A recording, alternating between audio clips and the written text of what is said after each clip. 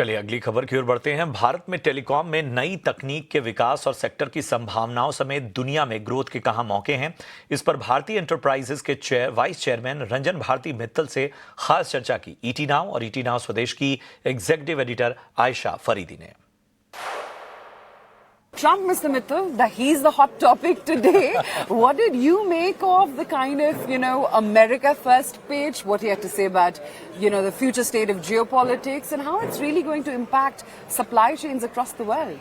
I think in this Davos I've seen the kind of uncertainty I've felt. The geopolitics has taken over this meet.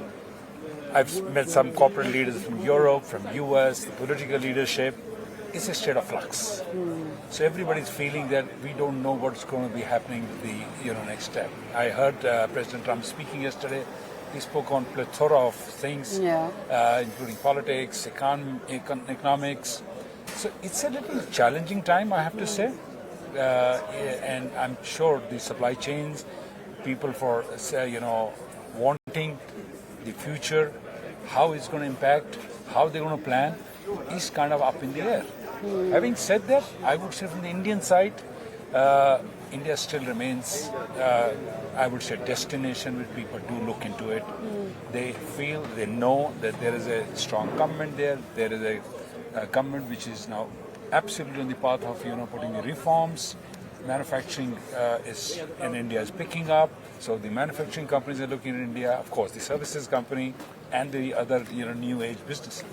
So while India remains, but of course, we are all interlinked at the end of the day. There will be some challenges.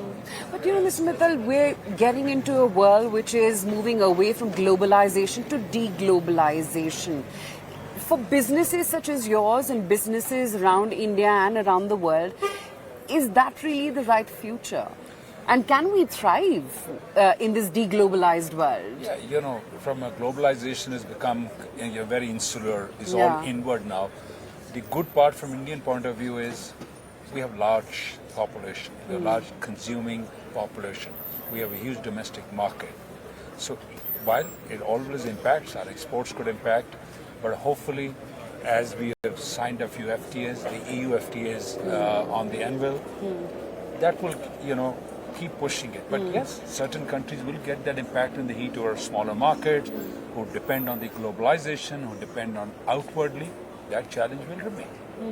So tell me, how do you at Bharti Enterprises try and cope with this new world order? We have, we see from our main telecom is in India and in Africa. I think they are both insulated. Africa as a continent and India as a country are more insulated in that sense for our businesses. Having said that, yes, over a period of time, when the globalization takes away and becomes insular, it impacts. So it's as I said, it's kind of a time which we can't predict.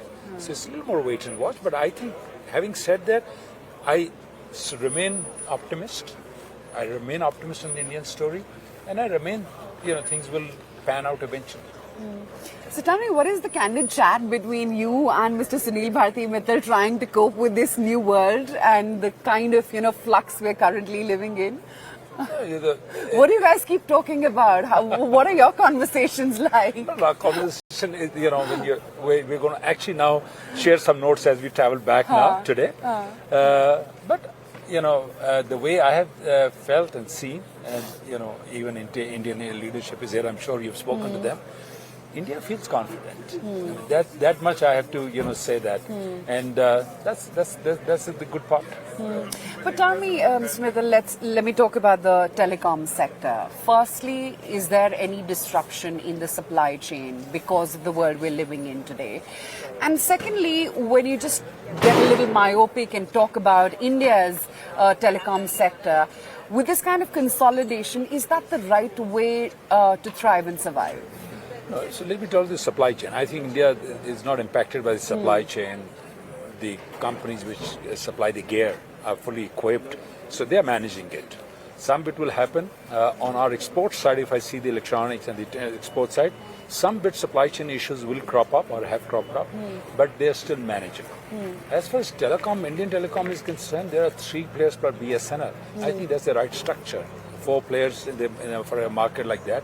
So that structure is fine.